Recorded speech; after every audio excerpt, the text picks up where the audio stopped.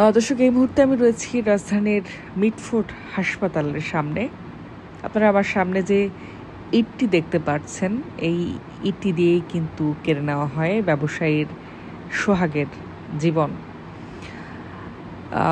এই পর্যন্ত যতটুকু আশপাশের জনসাধারণ এবং মানুষের পক্ষ থেকে আমরা শুনতে পেয়েছি যে চাঁদা না দেওয়ার কারণে যুবদল নেতার সঙ্গে বাকবিতণ্ডা হয় এবং এক পর্যায়ে সেই যুবদল নেতা এই আমার সামনে যে ইটটি দেখতে পাচ্ছেন আপনারা, এই ইটটি দিয়ে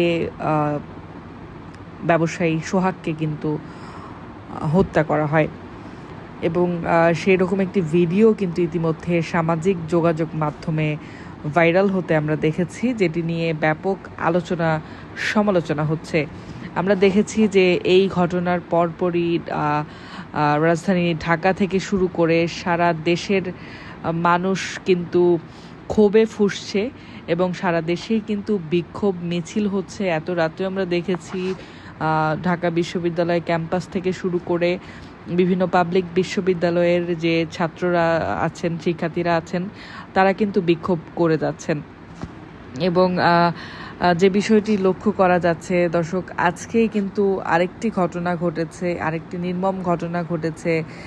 চাঁদপুরে এক মসজিদের ইমামের ওপর একটি হামলা হয়েছে। তো দুটি ঘটনাকে কেন্দ্র করে কিন্তু সামাজিক যোগাযোগ মাধ্যম এবং সারা দেশেই কিন্তু বেশ তোলপাড় চলছে। দর্শক, শেষ খবর পাওয়া পর্যন্ত আমরা যেটি জানতে পেরেছি যে যুবদলের যে নেতা এই ঘটনার সঙ্গে জড়িত ছিল, তাকে এবং আরেকজন নেতাকে কিন্তু জাতীয়তাবাদী যুবদল থেকে কিন্তু আজীবনের জন্য বহিষ্কার করা হয়েছে। পাশাপাশি আমরা আরেকটি খবর পেয়েছি যে এই ঘটনাকে কেন্দ্র করে কিন্তু ইতিমধ্যে দুজনকে গ্রেফতার করা হয়েছে। এবং যে বিষয়টি আসলে দর্শক লক্ষ্য করা যাচ্ছে যে আমরা কিছুক্ষণ আগেই এখানকার যারা নগরবাসী আছেন তাদের সঙ্গে কথা বলেছিলাম। তারা কিন্তু অনেকেই বলছেন যে তারা অনেকটা নিরাপত্তাহীনতায় ভুগছে। পরপর বেশ কিছু এরকম ঘটনা ঘটার কারণে কিন্তু অনেকেই কিন্তু নিরাপত্তাহীনতায় ভুগছে। তবে বিএনপির পক্ষ থেকে কিন্তু এই বিষয়টিকে নিয়েও বিএনপির পক্ষ থেকেও কিন্তু কথা বলা হচ্ছে। বিএনপির পক্ষ থেকে কিন্তু ইতিমধ্যে বলা হয়েছে যে যারা এই ঘটনার সঙ্গে জড়িত তাদের শাস্তির দাবি কিন্তু করা হয়েছে। আমরা দেখেছি কিছুক্ষণ আগেই কিন্তু ঢাবি ছাত্রদলের পক্ষ থেকে একটি মিছিল নিয়ে তারা বের হয়েছিল এবং তারা কিন্তু এই ঘটনার সুষ্ঠু তদন্ত এবং বিচারের দাবি করেছে।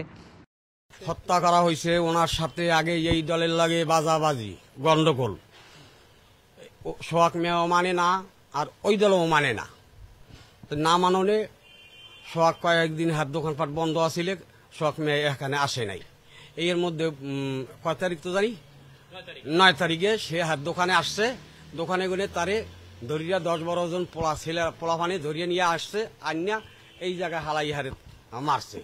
মারণে মারিয়ে টেরে হালাইছে, হেয়া ভর ওই 3 নম্বর গেটের সামনে উড়াইছে। উড়াইয়া আমরা ইয়ে দেখি যে সোহাগ মেয়ার যায় অবস্থা শেষ। 3 সাইডের জিক মারলে এই জিকের ছড়ে সে ইন্তেকাল হয়ে গেছে।